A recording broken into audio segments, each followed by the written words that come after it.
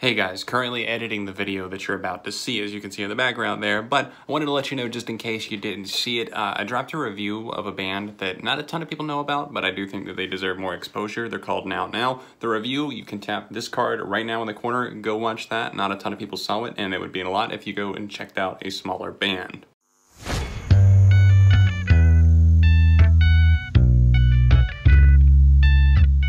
What's up everyone, John from ARTV. It's time for a review of the sophomore album by the UK singer-songwriter James Bay. It's called Electric Light. Electric Light follows up the immensely successful The Chaos and the Calm, an album that did chart very well worldwide, including in the US. It went gold here for over 500,000 units scanned. That is pretty crazy for an artist on his debut album, and he rose to fame thanks to some of his singles like Let It Go, and I overall found the album to be somewhat boring. The singles got tired pretty quickly. Hold Back the River is genuinely great, but Let It Go and some of the others that just got a lot of airtime, and a lot of the album in general just felt bloated, and I think a lot of other critics agreed with me. We were hoping for a more immense sound on his second release, and James Bay seemed to be following up this album with a promise of new sounds, a new approach to songwriting, and a new batch of songs entirely. And does he deliver that on his new release, Electric Light? Well, yeah, but it's kind of convoluted because he tries to make a new sound for himself, but as he carves out these soundscapes, things just get messy and a little bit too busy, if that makes sense. There's a lot of details and a lot of instruments going on in a lot of these songs, and it can be confusing and also, once again, kind of tedious as you listen through. And that is not what I was expecting after thoroughly enjoying and being entertained by the single Pink Lemonade. Even the ballad Us, which was the other single that I heard before this album came out, I found to be enjoyable because it found him switching things up a little bit, moving in maybe perhaps a little bit more of an R&B tinged direction, and I'm more than okay with that appeal. But as he came through with Pink Lemonade, I was genuinely captivated by the tune. The guitars are fantastic, that looming bass line that just pumps all throughout, just really meticulous, especially for a pop artist that had blown up. It seemed like a bit of a risky single that I could totally get behind and support. Now that one being so catchy, being one of my favorite songs of the year so far, I went into this record with pretty high expectations, thinking that okay, James is going to bring us something very solid here. But honestly, I can safely say that Us and Pink Lemonade are some of the best moments that this album has to offer. Other than that, things just get a little bit washed out. Bay's whole singer-songwriter vibe that he has going on isn't completely genuine because the whole singer-songwriting credit isn't fully deserved. He has other co-writers, a lot of other songwriters, people helping him in the studio, and obviously that goes into really the making of any record, but singer-songwriter normally refers to somebody that's just writing the songs on their own, and that's not the case. There's actually a myriad of co-writes throughout this entire record if you look at the credits. And here, it's not really a problem for me in that sense, but maybe it does feel like there were too many hands in the pot, so to speak. People just saying do this, add this, and some of these tracks, like for example, Wild Love, I find to be a tough listen just because there's a lot going on. They bring in like these jagged guitars in places, there's a lot of synth melodies, and on this album in general, Electric Light, James Bay just seems to get obsessed with the fact that these tracks need choirs on them, and they don't. We do not need the gospel appeal on every single song. If I wanted that, I would go to church on Sunday, which I haven't done in a while. Some of the cuts that utilize this feature of the choir just don't seem like the likely candidate to get the treatment of having a choir brought in, and as this record rolls on, you see that even if he's not bringing the choir appeal, he's trying to layer vocals and these other things, and a lot of it just feels like a mistake. It feels like too much going on. And then on other cuts, I just get confused, like the first real song on this album right after the intro, which really serves no purpose, just like the interlude. It just separates a couple of tracks and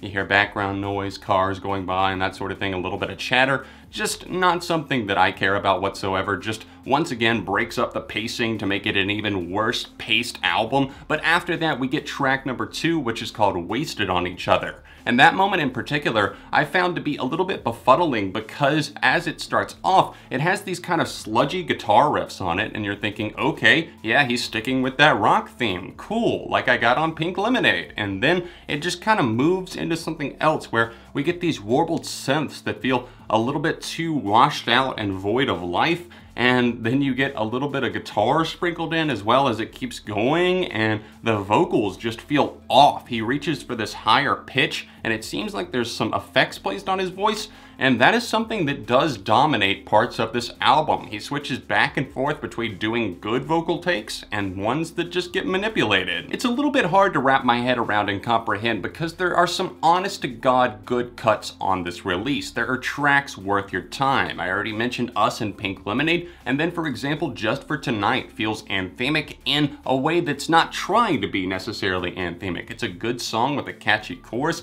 well-written verse and progression to the chorus. It's a good track overall. I like the drums, the guitar, and a little bit of the airy vibe that comes in places, but that is kind of used sparingly on this album. The songs that flow well. I think that there's a weird juxtaposition between many of the cuts and the way that they line up from their verses and their choruses. Something just feels missing or out of place, or not even the track listing being in the wrong order, it's just the order of the songs themselves. The album moves into its final stages and we get some more tracks that use the choir effects like I Found You and Stand Up. I would say the latter of those probably the better of the two, but still, it does get a little bit grating. It'll get on your nerves because you've already heard this used so many times up to this point and you're thinking, are we going to get something that switches lanes a little bit? And I don't feel like we really get the full effect of that. He swerves occasionally and that's normally a little bit more enjoyable because he's doing something different but also something cohesive, but once he moves back into that lane, it's just more of the same. There is some genuine entertainment in the form of Wanderlust. This one has a steady drum rhythm on it that feels a little bit jazzy as it starts off, a little bit of an open guitar almost in a big room somewhere, and you're just slowly getting a slow zoom into the track, and then the chorus comes in and it's smooth. It's smooth, refreshing, and it's talking about the idea of wanderlust and, you know, not being content staying in one place, perhaps talking about his touring and the toll that it's taken on him over time, saying that we've all got it deep down, which I find to be a somewhat relatable message, and he comes through with a pretty good track here, and it's a good groove. But then, like I said already, it moves into some of the other cuts that just once again just kind of throw a wrench in the monkey bars. Wait, I don't think I said that right. A wrench in the bicycle wheel? I don't even know what I'm saying. Let's move on. Wild Love and Fade Out remind me of each other on this very album, and with this being 14 tracks, sure, 2 of those being interludes, but 48 minutes, I didn't forget that quickly, and Wild Love does have that kind of abstract feeling to it that turns itself inside out and makes you